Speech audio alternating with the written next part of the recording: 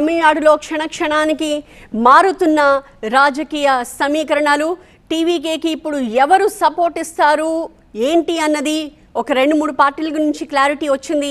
కానీ ఇప్పుడు ఇక్కడ వీసీకే అన్నది చాలా కీలకమైన రోల్ ప్లే చేస్తోంది. సో వీసీకే తీరు ఏ రకంగా ఉంటుంది, వీసీకే ఎలాంటి డెసిషన్ తీసుకుంటుంది అన్నదే ఇక్కడ చాలా కీలకం.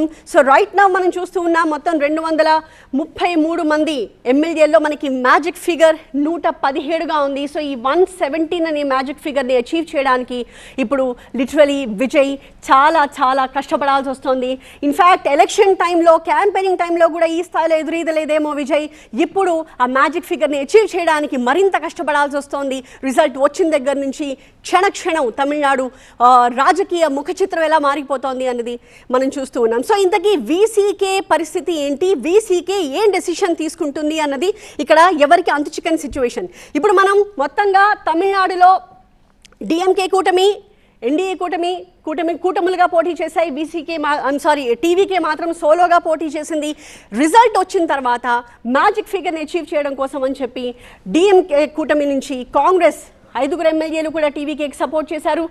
అక్కడ బలం పెరిగింది. ఆ తర్వాత సిపిఎం కూడా తాము ఎలాంటి షరతులు లేకుండా అన్కండిషనల్గా టీవీకేకి సపోర్ట్ చేస్తామని చెప్పినట్టుగానే వాళ్ళిద్దరూ కూడా టీవీకేకి సపోర్ట్ చేశారు. ఇంకా ఐయుఎంఎల్ డిఎండికేకి సంబంధించి వాళ్ళు టీవీకేకి సపోర్ట్ ఇవ్వలేదు. ఐయుఎంఎల్ కూడా ముందు ఇస్తామని చెప్పి ప్రకటన చేసింది అని వార్తలు వచ్చాయి. ఆ తర్వాత ఫైనలీ ఉపసంహరించుకుంది. సో ఐయుఎంఎల్ కూడా ప్రస్తుతం డిఎంకే కూటమిలోనే మనకు కనిపిస్తోంది.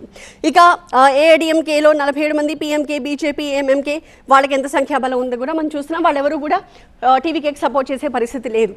బట్ ఇక్కడ చూసారా, వీసీకే ఊగిసలాడుతోంది. ఎటు వెళ్ళాలో అర్థం కాని పరిస్థితి.